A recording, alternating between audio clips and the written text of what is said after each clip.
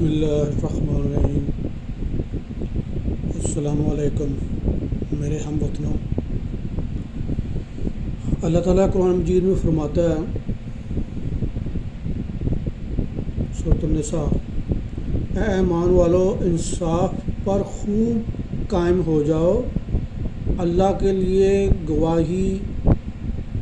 دیتے جاؤ، اس میں تمہارا اپنا نقصان ہو یا ماں باپ کا یا رشتہ داروں کا۔ جس پر گواہی دو وہ غنی ہو یا فقیر ہو، بہرحال اللہ کو اس کا سب سے زیادہ اختیار ہے، تو خواہش کے پیچھے نہ جاؤ کہ حق سے الگ پڑو، اور اگر تم ہیر پھیر کرو یا منہ پھیرو تو اللہ کو تمہارے کاموں کی خبر ہے۔ تو حضرت عمر رضی اللہ تعالی عنہ ایک دفعہ ایک غزوے کے بعد مال غنیمت تقسیم فرما رہے تھے۔ جسامت میں آپ ماشاءاللہ بہت بڑے تھے، یعنی ہیوی بلڈ تھے۔ تو ایک شخص مجمع میں سے کھڑا ہوا اور کہنے لگا، حضرت عمر سب کو ایک ایک چادر مل رہی ہے، جب آپ کی جسمانی خد و خال کے حساب سے آپ کی پوشاک ایک چادر میں نہیں بن سکتی، یہ 2 چادروں میں بنی ہے، تو آپ نے کیسی ناانصافی کرتے ہوئے سب کو تو ایک چادر دی اور اپنے لیے 2 چادریں آپ نے لے لیں۔ حضرت عمر نے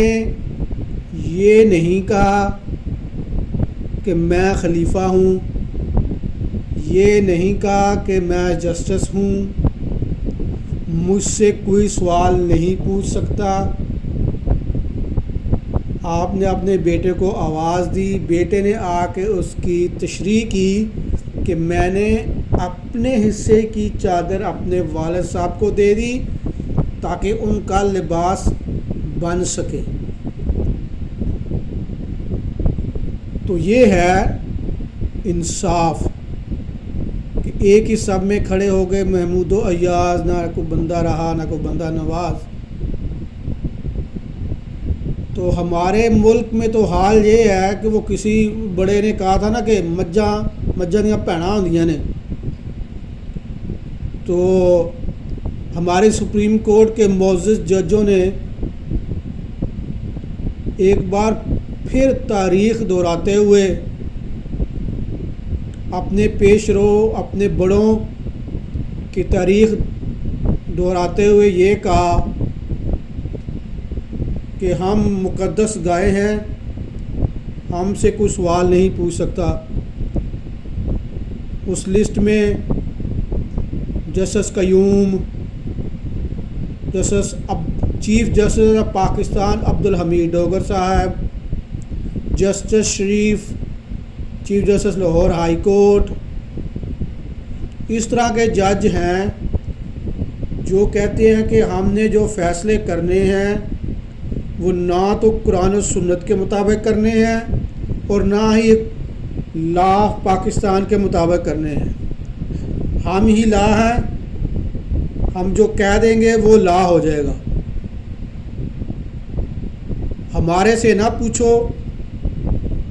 کہ جی آپ نے یہ کیا کیا ہے، آپ نے یہ کیوں کیا ہے۔ تو یہ غلطی کی جس نے بھی کی کہ جسٹس فائز عیسیٰ سے پوچھ لیا کہ جی آپ کی یہ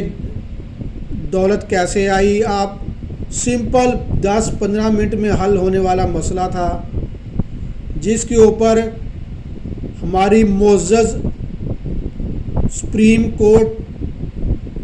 کے ججوں نے غریب ملک پاکستان کے کروڑوں روپے خرچ کر دیے پچھلے چند مہینوں سے صرف اس ایک سوال کے پیچھے کہ آپ کی یہ جائیداد آپ کی آمدن سے نہیں ملتی، آپ اس کی ذرا وضاحت فرمائیں گے؟ اب یہ ان کا آپس میں مسئلہ ہے اور پیسے قوم کے ضائع کر دیے، کتنا وقت ضائع کیا، کتنے پیسے ضائع کیے، یہ تنخواہیں، یہ ان کو پروٹوکول، ان کو Mercedes bullet proof Mercedes bullet proof BMW، 4 گاڑیاں پولیس کی آگے، 4 گاڑیاں پولیس کی پیچھے، صرف اسی وجہ سے فراہم کی جاتی ہیں کہ وہاں یہ عدالت کھیلیں، عوام کو ریلیف نہ دیں۔ آپ نے کیا انصاف کرنا؟ کہاں اب انصاف لینے کے لیے یا تو آپ کو ہائی کورٹ کا جج ہونا چاہیے، یا آپ کو MNA MP ہونا چاہیے، یا آپ کو بریگیڈیئر کو جنرل ہونا چاہیے، یا آپ کو کوئی وکیل ہونا چاہیے، تب تو آپ سے کوئی نہیں پوچھے گا کہ جی آپ نے یہ کیا کیا، آپ نے یہ کیوں کیا، یہ کیسے کیا۔ اس کے علاوہ یا تو آپ کو بیوروکریٹ ہونا چاہیے۔ یہ جو سارے یہ تو ہیں ہمارے ملک میں مقدس گائیں، ان سے نہ پوچھیں کہ جی آپ کہاں سے آئے، تنخواہ آپ کی 60,000 ہے، تنخواہ آپ کی 70,000 ہے، تنخواہ آپ کی 1,00,000 روپے ہے، اور اثاثے آپ کے کروڑوں میں اربوں میں جا رہے ہیں۔ تو سب سے بڑا ان کے پاس ہتھیار ہے جی کہ ان پہ وہ توہین عدالت لگا دیں جی۔ بس ایک ہمارے ملک میں یہ بڑی مصیبت ہے کہ ایک کسی بھی شعبے میں اگر آپ ایک بندے کے خلاف کچھ کہہ دیں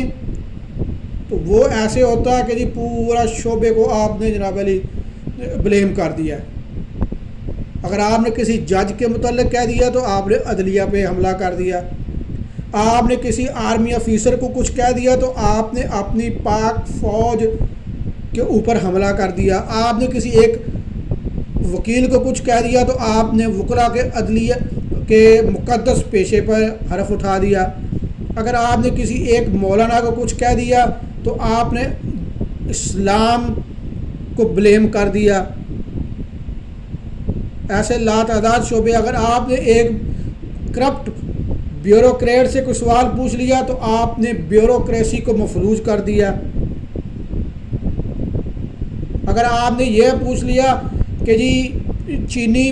55 روپے سے 110 روپے کیسے ہوگی، لو جی آپ نے پوری انڈسٹری صنعت کاروں کو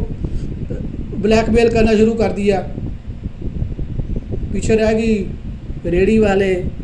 پیچھے رہ گئے مزدور، پیچھے رہ گئے چھوٹی چھوٹی نوکریاں کرنے والے، ان کا کوئی والی وارث نہیں ہے۔ تو ہماری عدلیہ کہ سیاہ بابوں میں ایک اور باب کا اضافہ ہو گیا، یہ بھی تاریخ اس کو یاد رکھے گی کہ جی کیسے کورٹ میں وہ بیٹھ کے ایک دوسرے کو سپورٹ کرنے کے لیے عدالت میں تشریف لاتے ہیں، عوام کو ریلیف دینے کے لیے وہ عدالت میں تشریف نہیں لاتے۔ بس اللہ تعالیٰ سے یہی دعا ہے کہ اللہ تعالیٰ ہمیں ہدایت دے، اللہ تعالیٰ ہمیں سیدھا راستہ دکھائے، کیونکہ جو پاکستان کے نام نہاد ٹھیکیدار ہیں جو کہتے ہیں اگر ہم نہ ہوئے تو پاکستان نہیں چلے گا، عدلیہ بھی ان میں سے ایک ہے۔ باقی اداروں کی طرح جیسے بیوروکریسی ہے، جیسے منسٹر سیاستدان ہیں، جیسے ملٹری اسٹیبلشمنٹ ہے، جیسے بیوروکریسی ہے، یہ کہتے ہیں اگر ہم کام چھوڑ دیں تو ملک پاکستان کا بٹا بیٹھ جائے گا۔ اللہ تعالیٰ ان کو بھی ہدایت دے اور ان کو بھی یہ ہدایت دے کہ انہوں نے بھی آخرت میں اللہ تعالیٰ کو جا کے جواب دینا ہے۔ تو آج کے لیے اتنا ہی کافی ہے۔ وما علینا الا البلاغ المبین۔